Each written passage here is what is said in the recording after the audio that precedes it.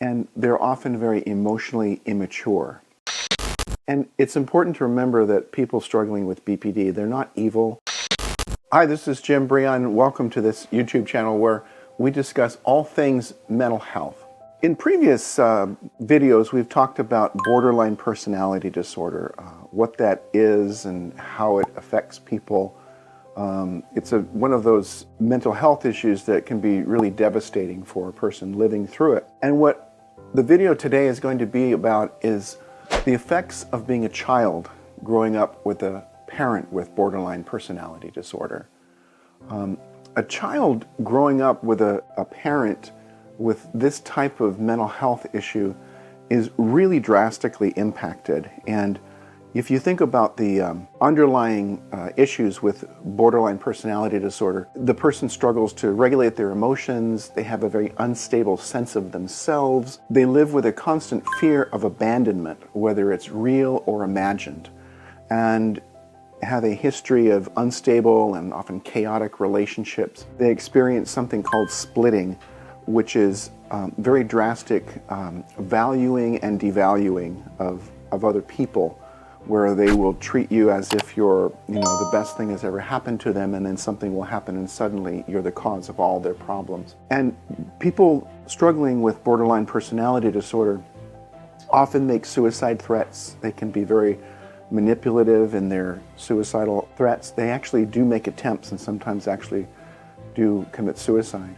And they can live with paranoia and really sort of out of touch with reality at times. So when you think of all of that and you imagine a child growing up in that kind of situation, a child growing up needs to develop a healthy attachment with a caregiver. And in order for that to happen, they have to see their parent as a safe haven, sort of a rock in their world that they can run to when they need comforting. They can go out and explore the world and then come back, and they can always know that mom or dad are going to be there for them. But instead of that, they have a parent who is emotionally dysregulated, who sometimes is very fearful, can scare children, and they end up learning how to walk on eggshells around them. Some of the things that a borderline parent will do is they will use anger, abandonment, and guilt to respond to their children. And a lot of times they'll use projection and gaslighting. They'll try to convince you that you didn't see it the way that it actually happened. Often we'll see what we call role reversals, or children can become parentified, where they have to take care of mom and take care of dad. The parent can have extreme feelings of emptiness or loneliness, and they instill fears, especially fears of abandonment and rejection, in their children. They can be very controlling and manipulative. Often they have addictive behaviors, and they have this constant need for validation and approval from their children and others in the family. And they're often very emotionally immature. They have a limited understanding of life skills and can be very impulsive. They make poor choices and have erratic behavior. And they often have a lack of trust of other people, even people in their family. And there's this constant cycle of valuing and devaluing that happens. And when a child grows up in that, some of the effects are that they can actually develop what we think of as insecure, anxious, or even disorganized attachment. They can grow up misunderstanding love and intimacy because they equate the way that they were raised, those behaviors, with love and intimacy. Sometimes they end up developing intimacy disorders where they can't really be intimate with another person. They might actually learn how to be love avoidant because they realize that loving is not safe. And sometimes can confuse attention from another person with romantic or sexual interest. A lot of times they'll end up sort of chasing the perfect partner, looking for somebody to fix them. They can struggle with identity confusion of their own, because if you're not allowed to express yourself without being shamed, you learn that your feelings aren't safe and maybe they don't even make sense. And you grow up not really knowing your place in the world, where you fit in, or having a deep sense of belonging. Often these children can grow up with a sense of dependency or codependency, and parents will pass down their abandonment fears to their children. They might even say something to their child as they're getting to the age where they're ready to move out. You know, if you leave, don't ever come back. You won't be welcome back, because the parent is struggling with this fear of abandonment. In reality, something that they don't recognize is that grown-ups can't be abandoned. Children can be abandoned. Grown-ups have resources, but somebody with a borderline construction, they perceive abandonment where it isn't. And they can be very manipulative of their children. So sometimes a child will grow into an adult that has a sense of a repetition compulsion, where they're repeating the same kinds of relationships with either emotionally unavailable or chaotic partners. And they grow up with an intense sense of shame. Sometimes they struggle themselves with self-esteem and impulse control.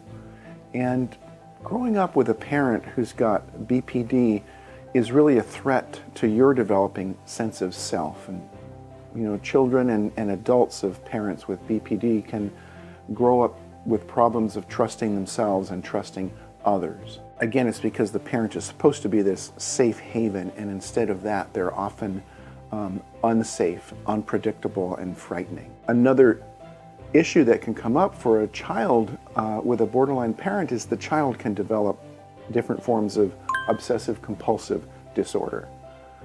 They're actually at higher risk of developing mental health issues themselves, including personality disorders, including borderline personality. They have higher levels of stress and often struggle to develop healthy coping skills and can struggle to manage their impulses. They often deal with very negative emotions like sadness, regret, despair, humiliation, guilt, shame, and have a hard time coping with those. They will have a tendency sometimes to avoid closeness with other people and can have a hard time forming and maintaining healthy relationships. They often develop complex PTSD from the emotional abuse, or can have enmeshment trauma where they can't delineate boundaries, interpersonal boundaries, where I know where you end and I begin, that sort of thing. Surviving this kind of childhood means that you have to understand that you're dealing with a really brutal set of conditions,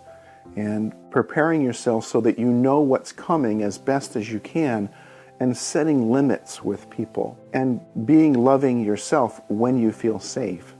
But it's very difficult to learn those kinds of boundaries, especially if they're not being modeled for you as a child. So recovery is a lot easier said than done, and generally working with a good therapist who understands emotion regulation, trauma, complex trauma, and borderline personality is really essential. Because essentially the process of recovery is learning how to reparent yourself, learning how to give to yourself the things that you didn't get from your parent who had borderline personality. And it's important to remember that people struggling with BPD, they're not evil, they're not bad people. They can certainly have some very bad and unhealthy behaviors, but they're struggling with mental illness themselves. As far as men and women both can have borderline personality disorder.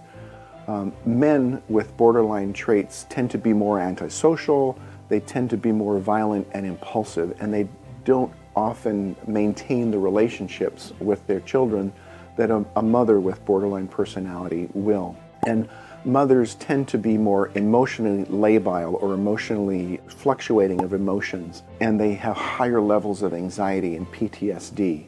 And remember that developing borderline personality disorder in itself is often a result of childhood trauma.